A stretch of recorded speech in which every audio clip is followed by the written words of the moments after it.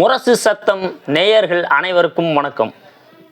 இந்த பதிவில் தாவேகா தலைவர் விஜய் அவர்கள் பெரம்பூர் தொகுதியில் நிற்க போகிறாருன்னு எல்லாரும் தெரியும். அந்த பெரம்பூர் தொகுதியில் வேட்புமனு தாக்கல் செய்தார்.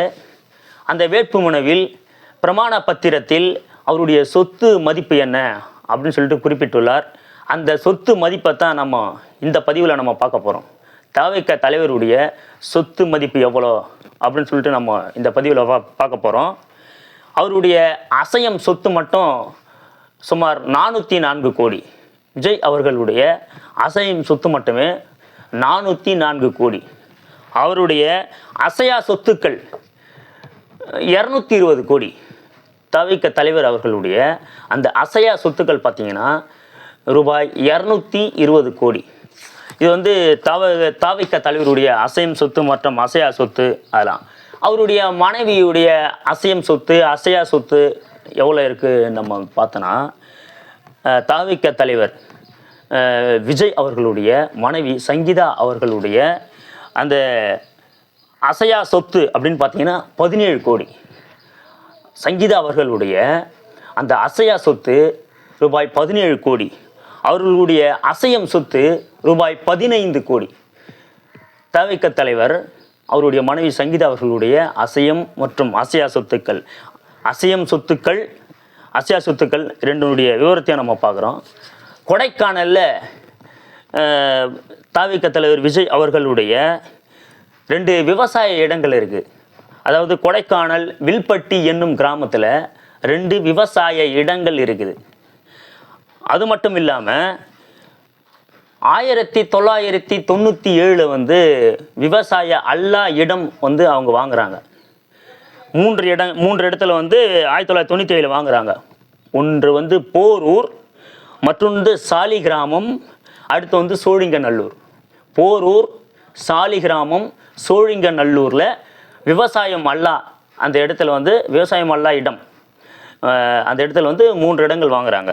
இப்போது அதாவது அந்த இடத்தினுடைய மொத்த பரப்பளவு பார்த்தீங்கன்னா 46,000 ஸ்கொயர் ஃபீட்டு அந்த இடத்தினுடைய பரப்பளவு. இப்போ அதனுடைய சந்தை மதிப்பு இப்போ பார்த்தீங்கன்னா அதனுடைய சந்தை மதிப்புன்னு நம்ம எடுத்துக்கணுமா 22 கோடி. அந்த இடத்தினுடைய இப்போ கரண்ட்லி இருக்கிற சந்தை மதிப்பு வந்து 22 கோடி. வர்த்தக கட்டிடங்கள்லாம் தாவேகா தலைவருக்கு இருக்குது. அவர் எந்தெந்த இடங்கள்னு நம்ம அதை பார்த்தோன்னா, பாடி கிராமத்தில் இருக்குது அவருக்கு வர்த்தக கட்டிடம். டி நகர், சோழிங்கநல்லூர், கொப்பூர் இந்த இடங்கள்லாம் அவருக்கு வந்து வர்த்தக கட்டிடங்கள்லாம் வந்து தாவேகா தலைவர் விஜய்க்கு இருக்குது. இப்போது அதனுடைய மதிப்பு இப்போது நம்ம பார்த்தோமா 82 கோடி.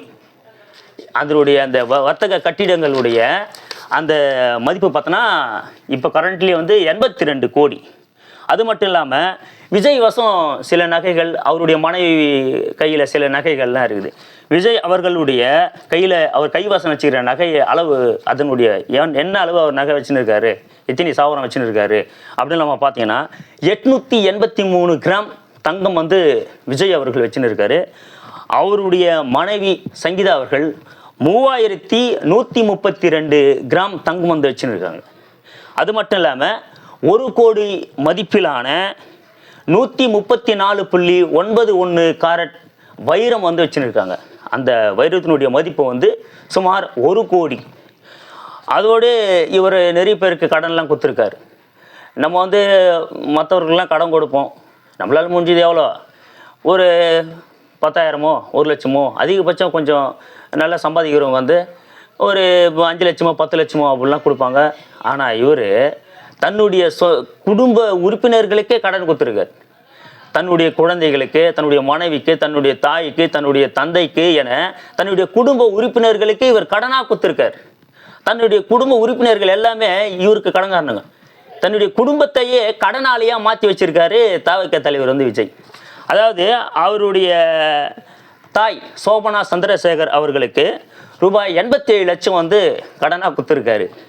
அடுத்து அவருடைய தந்தை எஸ்.ஏ. சந்திரசேகர் அவர்களுக்கு 3 கோடி ரூபாய் வந்து கடனாக கொடுத்துருக்கிறார். அவருடைய மனைவி சங்கீதா அவர்களுக்கு 12 கோடியே 60 லட்சம் வந்து கடனாக கொடுத்துருக்காரு. அவருடைய மகனுக்கு 8,78,000 வந்து கடனாக கொடுத்துருக்காரு. அவருடைய மகளுக்கு வந்து 4,60,000 ரூபாய் வந்து கடனாக கொடுத்துருக்காரு. இது இல்லாமல் தாவேகா உடைய பொதுச் செயலாளர் புசி ஆனந்த அவர்களுக்கு 3 கோடி ரூபாய் வந்து கடனாக கொடுத்துருக்காரு. தாவேகா தலைவர் வந்து அவங்க தன்னுடைய குடும்ப உறுப்பினர்களுக்கும் தன்னுடைய கழகத்தை சேர்ந்த பொதுச் செயலாளர் புசி ஆனந்தர் அவர்களுக்கும் கடனாக வந்து கொடுத்துருக்காரு. அடுத்து பார்த்தீங்கன்னா இவர் கையில் என்னென்ன வாகனங்கள்லாம் இருக்குது அப்படின்னு பார்த்தீங்கன்னா, தாவேகா தலைவர் விஜய் அவர்கள்கிட்ட BMW கார் இருக்குது. சுமார் 6 கோடியில் 5 உயர்தர ஆடம்பர கார்கள் உள்ளது.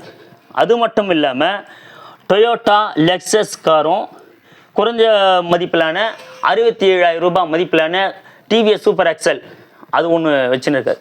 அந்த எக்ஸல் வந்து எதுக்கு வச்சுருக்காரு தெரில. நம்ம வந்து அந்த எக்ஸலில் போயெல்லாம் நம்ம பார்த்ததில்லை. தாவேகா தலைவர் ஒருவேளை புசி ஆனந்த் காய்கறி வாங்குறதுக்காக அந்த எக்ஸல் வாங்கி கொடுத்துருக்காரா அது நான் தெரில. இவர் தாவேகா தலைவருடைய கைவசம் வந்து 2 லட்ச ரூபாய் தான் ரொக்கமாக கையில் வச்சுருக்கேன் அப்படின்றார். இது இல்லாத 10 வங்கிகளில் இவருக்கு வந்து கணக்கு இருக்குது. நம்ம 10 வங்கிகளில் இவருக்கு வந்து அக்கௌண்ட் இருக்குது. நமக்கு எதனா 1 வங்கி 2 வங்கி தான், இவருக்கு 10 வங்கிகள் இருக்குது. ஏன்னா இவர் மிகப்பெரிய உச்சத்தை தொட்ட நடிகர் இல்லை அதனால். ஆனால் இந்த உச்சம் தொட்ட நடிகர் அவருடைய ஐடி அதாவது வருமான வரி நிலுவை பார்த்தீங்கன்னா 3,43,00,000 வந்து வரி கட்டாமல் நிலுவையில் இருக்குது. அதோடு பார்த்தீங்கன்னா தாவேகா தலைவர் அவர்களுக்கு மொத்தமாக 10 வீடுகள் இருக்குது. அவருக்கு மொத்தமாக சொந்தமாக பார்த்தீங்கன்னா 10 வீடுகள் அவருக்கு இருக்குது. ஒன்று நீலாங்கரையில் இருக்குது, சாலிகிராமம், மயிலாப்பூர், பள்ளிப்பட்டு, சோழிங்கநல்லூர், கொரட்டூர் போன்ற இடங்களில் இருக்குது. அது இல்லாமல் பல இடங்கள் அடுக்குமாடி கட்டிடங்கள்லாம் வந்து இவருக்கு சொந்தமாக இருக்குது. இவருடைய பேரில் 10 வீடுகள் இருக்குது. இவர் பிஎஸ்சி படிப்பை வந்து பாதியில் வந்து இடைநிறுத்தம் பண்ணியிருக்கேன் அப்படின்றார். அதாவது பிஎஸ்சி வந்து டிஸ்கண்டினியூ பண்ணியிருக்காரு லயோலா காலேஜில். இப்போ விஜய் அவர்களை பார்த்தா உச்சத்தை விட்டுட்டு வந்துட்டேன், நான் வந்து மிகப்பெரிய உச்சத்தில் இருந்தேன், அதெல்லாம் விட்டுட்டு வந்துட்டேன் அப்படின்னு சொல்கிறாரு. ஆனால் 2020 இப்போ 2026 வரலையும் இவர் ஒரு டைம் மட்டும்தான் 2021 மட்டும் ஏதோ 200 கோடி, மற்றபடி 200 கோடியே இவர் வந்து கணக்கு காட்டல, 200 கோடியே இல்லை. அப்போது ஆதவ அர்ச்சனா சொல்கிறாரு எங்கள் தலைவர் வந்து 1000 கோடியை விட்டு வந்துட்டார் அப்படின்றாரு. நம்ம செங்கோட்டையன் அவர்கள் சொல்கிறாரு 500 கோடியை விட்டு வந்துட்டார் அப்படின்னு சொல்கிறாரு. அப்போ இதெல்லாம் இந்த பொய்லாம் எதுக்கு? இதில் அது மாதிரி நீங்கள் வாங்கியிருந்தீங்கன்னா நீங்கள் கணக்கு காட்டியிருக்கலாமே. இல்லையே, உங்களுக்கு அந்தளவுக்கு உங்களுக்கு வருமானமே இல்லையே. இப்போ நீங்கள் தானே சொல்லியிருக்கீங்க, நாங்கள் சொல்லியே. நீங்கள் தான் சொன்னீங்க உச்சத்தை விட்டு வந்துட்டேன் அப்படின்னு நீங்கள் சொன்னீங்க. அதை வச்சுனா 1000 கோடின்ற 500 கோடி. இந்த ஒரு காமெடி ஒன்று இருக்குது, 4000 6000 10,000ன்ற மாதிரி நீங்கள் வந்து இது எல்லாமே பொய்யா தானே இருக்குது இல்லையே. அப்போ அதனுடைய மதிப்புலாம் எங்கே? அது பொய் சொல்கிறீங்களா? மக்களை ஏமாத்துறீங்களா நீங்கள்? நாங்கள் வந்து இவ்வளோ கோடி விட்டு வந்துட்டோம் அப்படின்னு சொல்லிட்டு அது மாதிரிலாம் ஒன்றுமே கிடையாது. இவருடைய வேட்பாளர்கள்லாம் பாலியல் புகார் இருக்குது இவருடைய வேட்பாளர் மேலே. இவர் வேட்பாளர் மேலே வந்து கஞ்சா வழக்கு இருக்குது. அது இல்லாமல் சொத்து குவிப்பு வழக்கு இருக்குது. வாச்சாத்தி பெண்கள் பாலியல் பலாத்காரம் செய்யப்பட்டு காவல்துறைக்கு உதவியாக இருந்த அதிமுகவிலேருந்து வந்த செங்கோட்டையன் மீது வழக்கு இருக்குது. அவர்களுக்கு தான் நீங்கள் வந்து இந்த எம்எல்ஏ சீட்டு கொடுத்துருக்கீங்க. அப்போ நீங்கள் எப்படி தமிழ்நாட்டுடைய மக்களை நீங்கள் பாதுகாப்பீங்க? தமிழ்நாட்டில் பாதுகாப்பு இல்லைன்றீங்க. உங்களுடைய தாயும் தந்தையும் இன்னைக்கு பாதுகாப்பாக இருக்கிறாங்கன்னா அதற்கு வந்து முதலமைச்சர் மாண்புமிகு முத்துவேல் கருணாநிதி ஸ்டாலின் அவர்கள் தானே அதுக்கு காரணம். நீங்கள் என்னென்னா உங்களுடைய கழகத்தை சார்ந்த அவங்களுக்கே வந்து பல்வேறு வழக்குகள் இருக்குது, அவங்களுக்கே உங்களால் பாதுகாப்பு கொடுக்க முடியல. தன்னுடைய மனைவிக்கு மகன்களுக்கு தன்னுடைய குடும்பத்தையே கடன்காரனாக ஆக்கி வச்சுக்கிறீங்க. அவங்களே உங்கள் கையில் அவங்களே கடனாளிகளாக மாற்றி வச்சுக்கிறீங்க.